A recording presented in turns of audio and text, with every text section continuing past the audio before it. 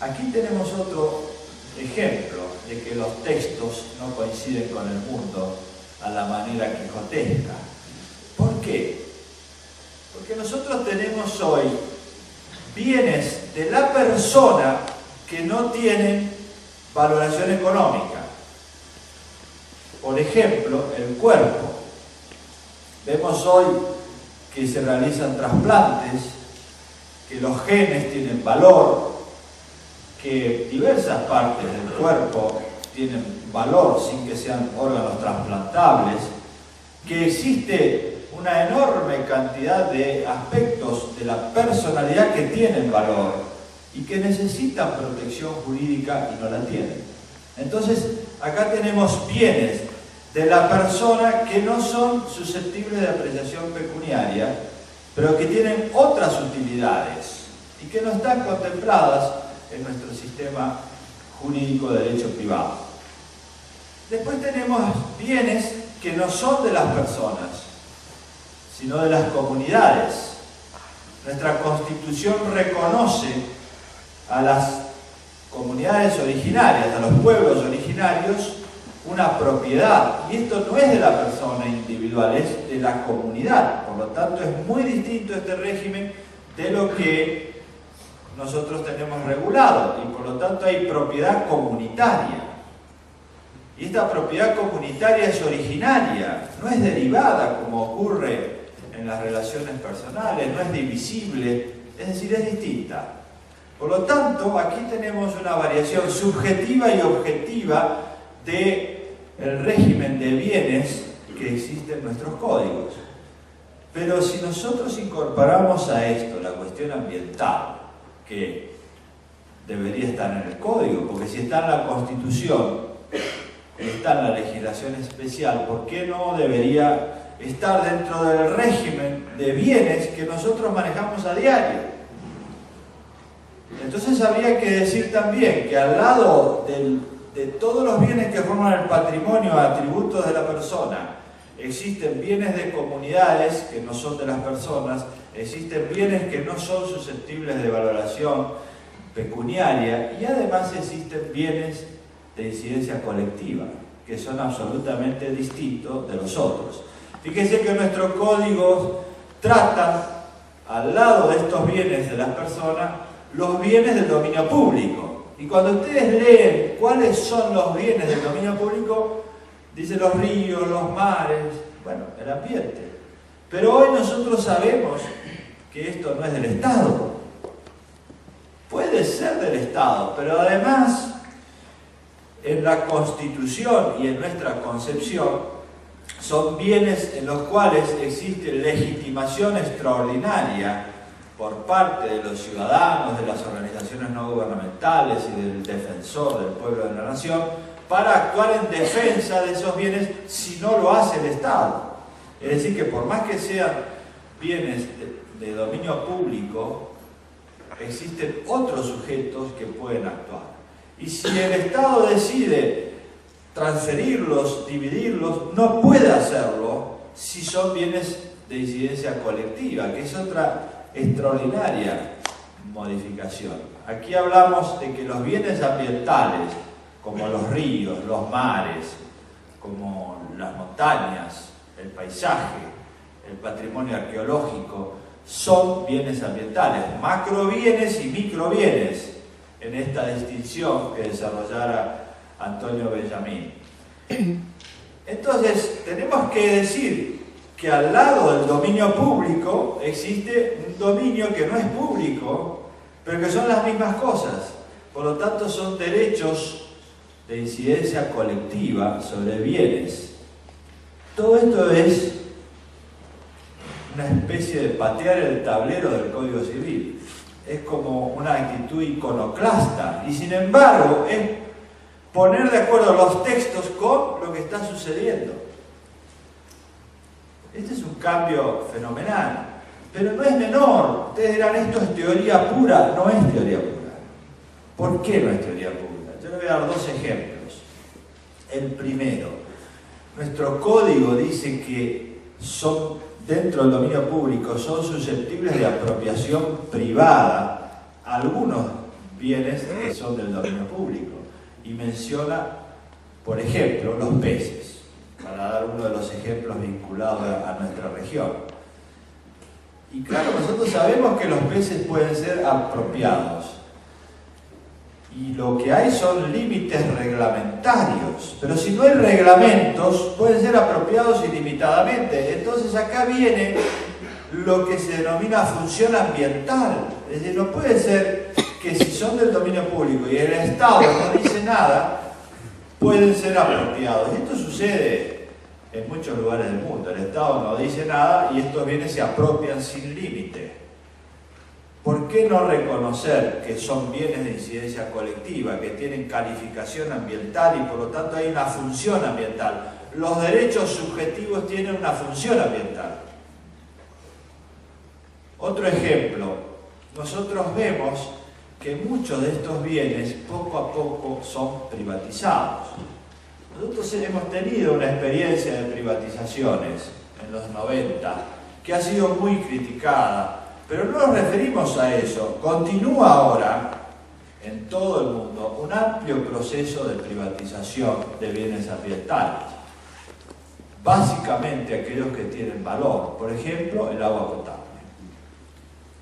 Hay muchos casos en los cuales se vende el agua potable, que hace 30 años atrás o 40 años atrás era de uso ilimitado. Nadie tenía ningún problema con usar el agua. Después se comenzó a privatizar el uso y nosotros en nuestra generación ya pagamos por el uso del agua. Hay una cuotita que vamos pagando por el uso del agua. Pero hoy ya existen contratos sobre agua en muchos países del mundo. Se venden lagos.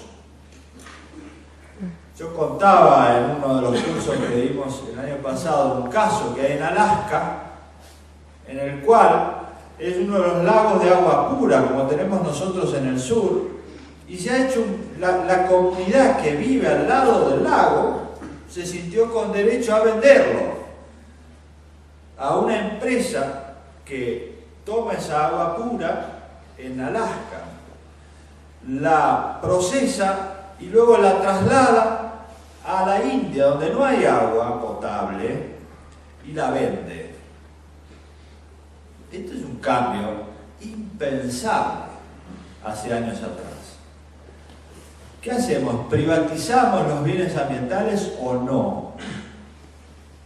Si nosotros optamos por la idea de la privatización, hay un artículo de un profesor de Harvard que escribió en favor de la privatización que dice: ¿por qué no privatizar el agua potable si se ha privatizado la tierra? El socialismo en la tierra no dio resultado.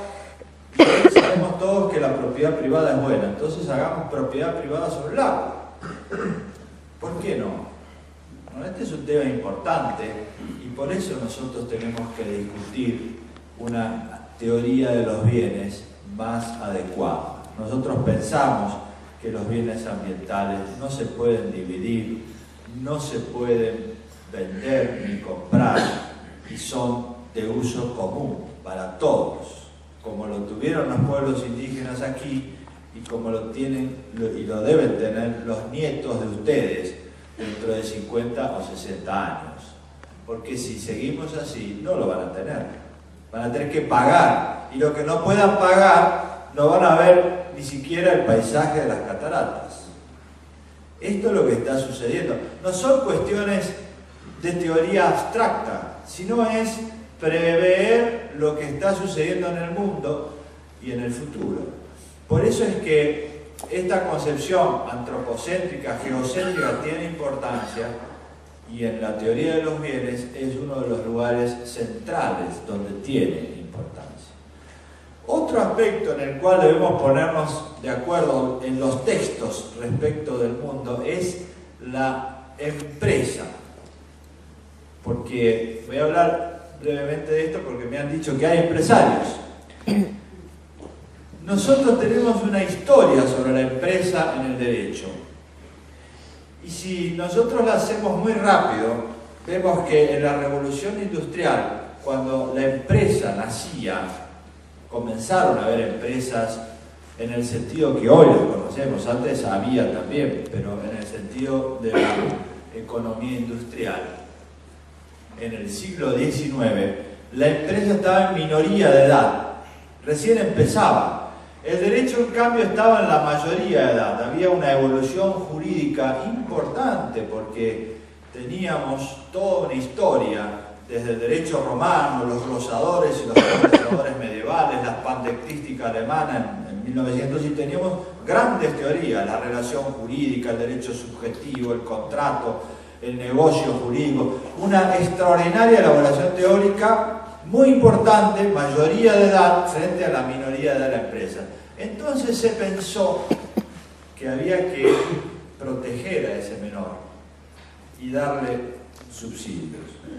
Por eso, en las codificaciones del siglo XIX se crearon algunos instrumentos como la responsabilidad limitada del empresario para que pueda arriesgar y no perder todo su patrimonio, la sociedad, la persona jurídica distinta de la persona física, la responsabilidad civil limitada a la culpa, la responsabilidad tributaria limitada, mucho subsidio al crecimiento de la empresa, y así una cantidad de medidas que hicieron que esta empresa se desarrollara. Del siglo XIX hemos pasado al XX y estamos en el XXI, con un cambio de escenario extraordinario, porque hoy tenemos una empresa que está en la mayoría de edad y el derecho en la minoría de edad.